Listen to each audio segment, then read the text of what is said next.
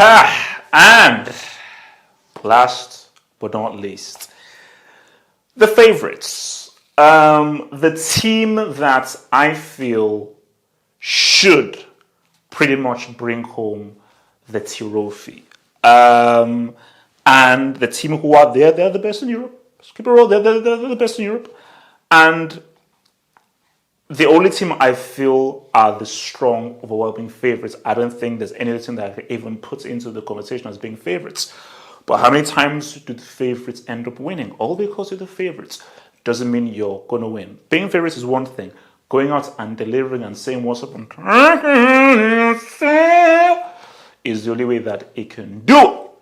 So, and dear Liverpool has to make sure that they eat that victory food. Now, look, we'll get to Klopp. We'll get to Jurgen Klopp. We'll get to Jurgen Klopp. Let's after that. So let's look at all the players right now. First up, you've got to look at Firmino. I believe this is his best season. This is Firmino's best season. This has been his most productive season. And because I think one criticism that people have had of Firmino is he doesn't score enough goals. He's not productive enough. But he has not only scored goals, he's scored important goals. I'll say it again. It's not how many you score, it's when you score. And when Firmino has scored, they've really marked it. I'm talking winners upon winners upon winners.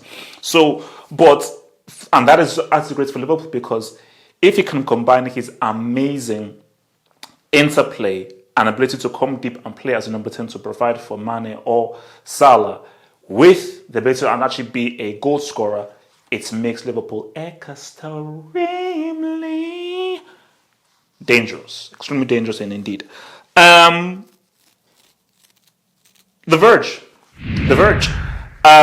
Defenders can win games.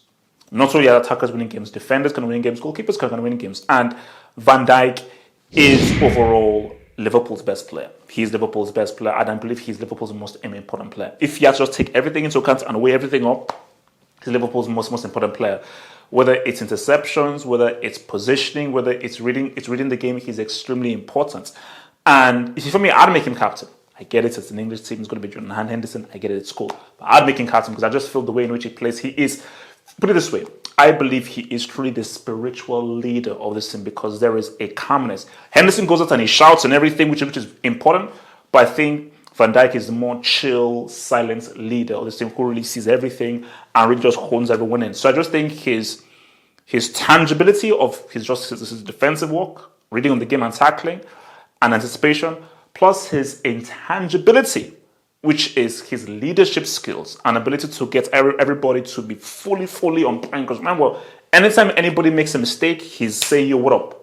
Look, we have standards here. We raise up those 50 standards, and those standards have to be high to want to defend the CL because they have a target on their back. We can't sleep on a boy La. Because we obviously got the Verge. We've got Bobby.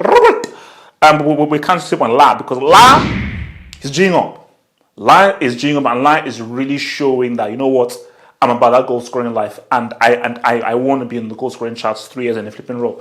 And La knows that if you give me that ball in the right flipping place, I can say what's up. Just feed me the right ball, I can say what's up. But even if you don't feed me the ball, La is not robbing state of mind. He just knows and is perfecting the art of getting into his sweet spot and living that dream. Can't sleep on LDO. Can't sleep on LDO, who again has had a pretty amazing season so far. And LDO is just that kind of guy that can pull something out of nothing.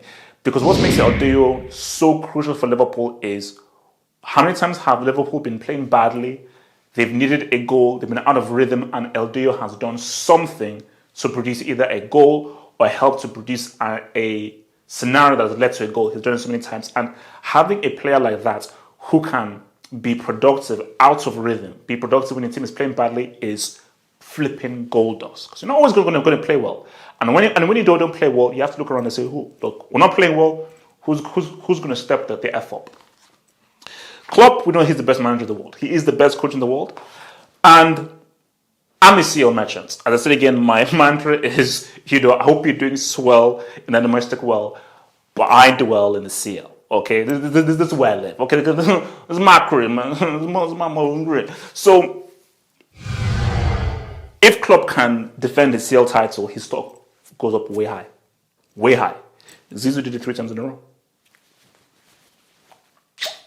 So if he can do it, it'll be huge. And they can.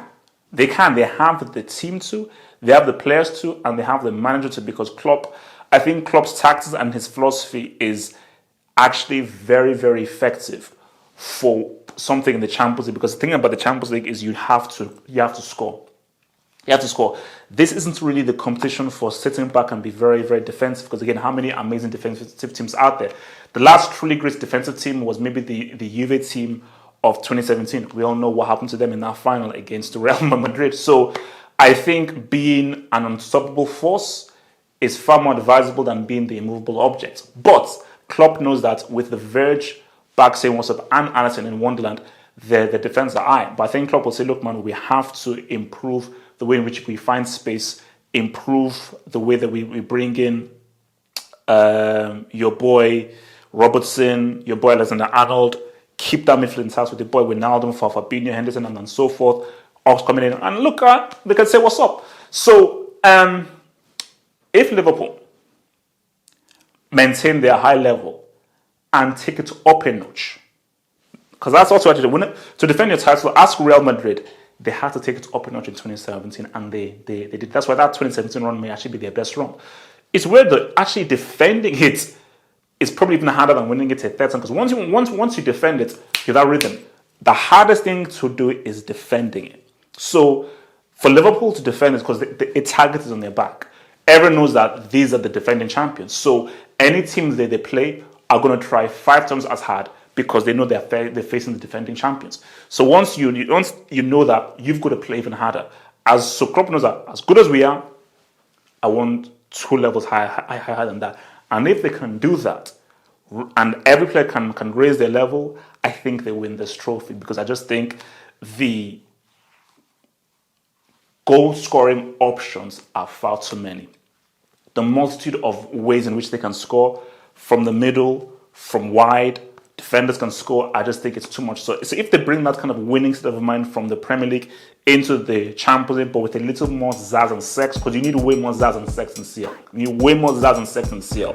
So if they can get that sex and zazz in CL, bro, I think they can defend it. And if Liverpool defend and Klopp defends the CL, based on what he's been doing with Liverpool, we're going to have a very long conversation about where Jurgen Klopp stands amongst the greater managers.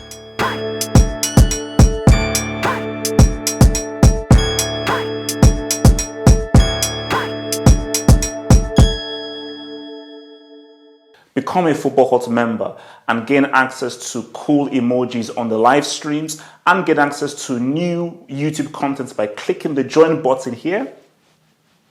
And to view that new content, head over to the YouTube channel homepage and click on the community tab over here.